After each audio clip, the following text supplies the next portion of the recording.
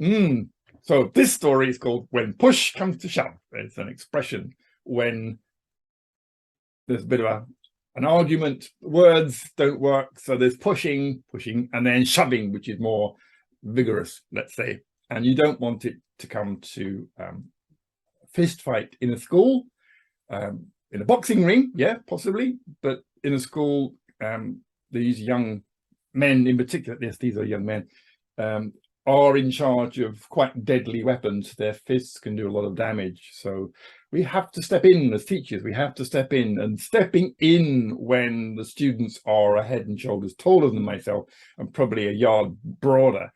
There isn't much to me. There was a lot to them. Anyway, the story is called When Push Comes to Shove.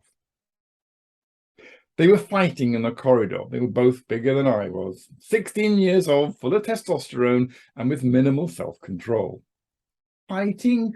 Well, it was more of a pushing and shoving match, but now they gripped each other at the shoulders like two elk, antlers locked. That might not have been the problem if it wasn't for the class of youngsters looking on at them, with a mixture of awe and fear in their eyes. As the only teacher in the vicinity, I had to do something, if only to protect the Litlands. So I walked towards the two elk. "Oh, and what are you doing?" I inquired, as though they were idly playing marbles. They grunted at each other and spoke to me in single words. "Who started it?" they both said.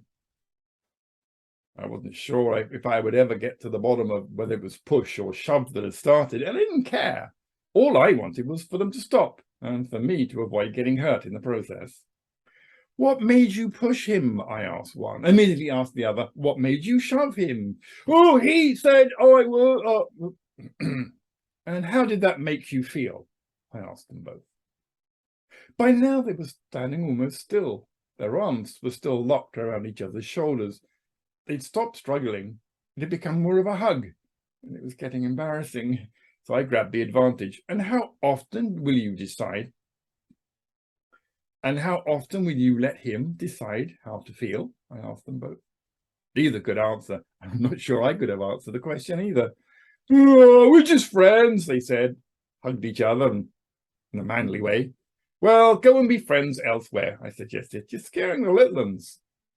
They galloped down the corridor and outdoors to be friends out there, I suppose. It was at that moment I became fully aware that the Litlands were looking at me with a mixture of awe and fear in their eyes.